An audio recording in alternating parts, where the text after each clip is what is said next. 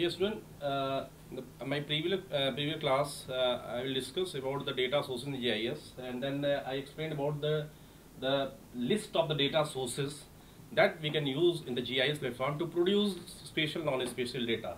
In continuation of this topic, we'll just explain in detail about the direct data sources. So the first important direct data sources is that is your aerial photograph. So aerial photography, or we can say aerial remote sensing, is one of the, you can say, the oldest methods to provide the very important significant aerial data that camera that is procured through aircraft, that aircraft has mounted with some camera, and that camera directly capture the informations. So for the small area, and then its height is less in comparison to the space-borne remote sensing, we can cover the small area having large detail, and that details will very well utilize to produce the meaningful information, the earth-related informations in the GIS platform.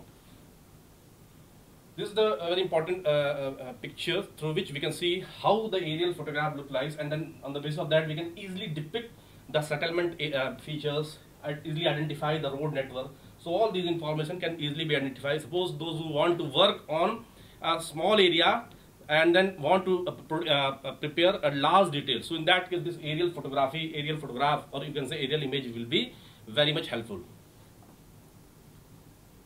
This is the conversion method which I already explained you. How can we just convert the paper map and to produce a digital map? So there is a process behind that is the scanning process, and through scanning we can prepare a hard copy map into the soft copy data, and then the soft copy data further converted into GIS map, that is your vector data.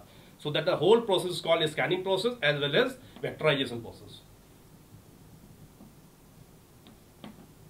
The second direct data source is that is your remote sensing data that I already discussed in the basic concept of the remote sensing. And in this we can see there is a source of the energy, that is the sun, and then with this we can see the electromagnetic radiation is coming from the sun, and it interacts on the earth surface. Then there is a process of interaction, that is your absorption, reflection, transmission, and then various type of process can easily be identified on this. And then there is a reflected energy, and that reflected energy will be recorded by our sensor or satellite, and then satellite send all the signals to the receiving station where we can produce the digital data, and that digital data will very well analyzed by the scientists or the expert who are sitting there and produce a pictorial informations that the user can be used to produce the various type of earth related informations. This is the basic meaning of your remote sensing that I have already explained you. It is a set of techniques, or we can say the remote sensing is a method by which we can identify the earth informations, and without touching into the contact. There is a mechanism behind that. There is satellite, there is sensor. That sensor satellite continuously revolve around the earth surface, through which we can get the information at every interval. And the sensor may perceive energy at a wavelength, and that ranges from 0.4 to 100 micrometer. So at up to this range we can get the data of the earth surface. There are two different types of satellite data acquisition, that is your passive remote sensing data. Suppose if we are using a natural source of the energy, in that case that data is part of passive remote sensing data. And suppose if we are using artificial source of the energy, so that data is part of active remote sensing data. So all type of radar technology, sonar technology, it is a part of active remote sensing. And then all type of the data by which we can easily identify the feature, that is part of your passive remote sensing data. This is the view of the whole remote sensing method. There is some mechanism, there is some sensor, that sensor continuously revolved around the surface. There is a camera that continuously rotate, either it rotate across the track or it rotate along the track. This is overall view of satellite data that we can utilize for GIS related activities. Either the data will have some part of coarse resolution, or it is part of some medium resolution, 30 meter or around 30 meter, or the data will part of higher resolutions, so less than 5 meter. So So we decide, suppose I just want to work on urban planning. I want to extract the urban, I want to extract the each and every detail of the urban area. So in that case, you can see higher resolution data will be very much effective. So we can easily identify where is the settlement, where is the vegetation, where is the forest, where is the road, where is the bridges. So all these information can easily be identified.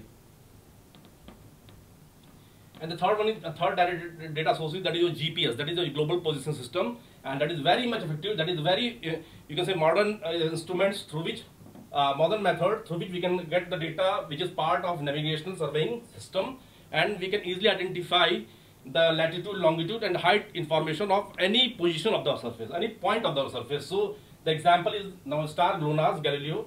These are the very important GPS satellites through which we can get the positional information of the surface. And this technology basically overcome the limitation of the conventional survey and very helpful in surveying military operation, hydrological, oceanic studies, remote sensing technology. So with this technology, we can easily identify the positional informations that can be utilized by the people who are working in these fields. This is the common uses for GPS, how the people are using the GPS in for the, various applications in different part of the surface. You can see the people who are working in the field, they can easily operate. So nowadays, in our mobile, in the smartphone, the GPS technology is available. You can easily identify the location of the any part of the surface. So either land, sea, air, navigation and tracking, so surveying mapping area. Military people are using this GPS technology for recreational uses. If you want to work on the Antarctica, if you want to work on the North Pole, so you can easily just get the position of that particular point.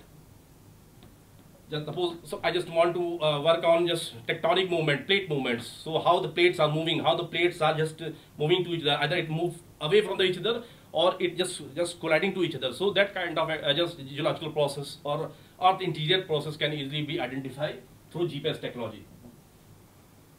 This is the method how the people are just working the how they are getting the data who are sitting on the Antarctica, and they are getting continuously they are getting the signals in that no man's land area.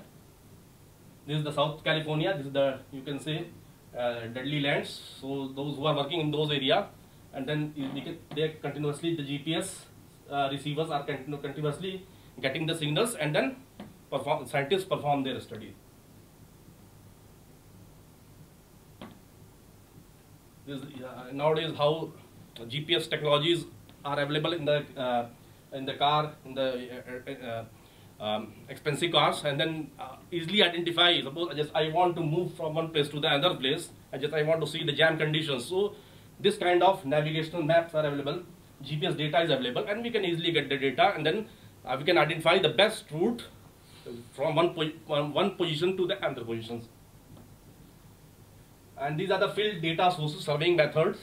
That is, it is a process of making measurements on ground using different instruments like traditional instrument like chain table, plane table, pseudolites, and then various kind of maps.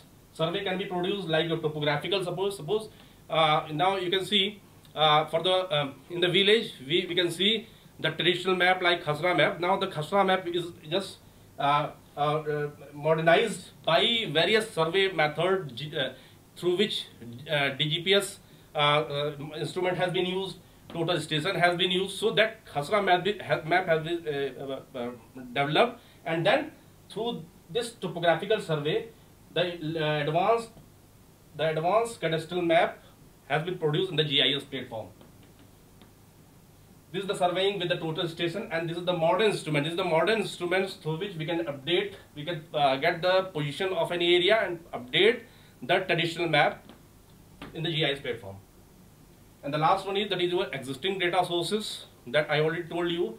Various agencies, various web portals are available through which we can get the data. Suppose I just want to download the satellite data launched by the Indian Space Research Organization. So all the data is available on this website. I just want to I want to just raise our query and then ask the questions. This data is available for this data is available for this area or not. So automatically we can get some informations through this website. Land cover data is available. European satellites. I just want to get the data which is launched by European Space Agency. So that data can also be available on this website. So this kind of websites, web portal are available that will be very helpful to procure the satellite data that will be utilized for the GIS related activities. So that is all about your informations, which is part of data sources, data information sources in the GIS. Thank you.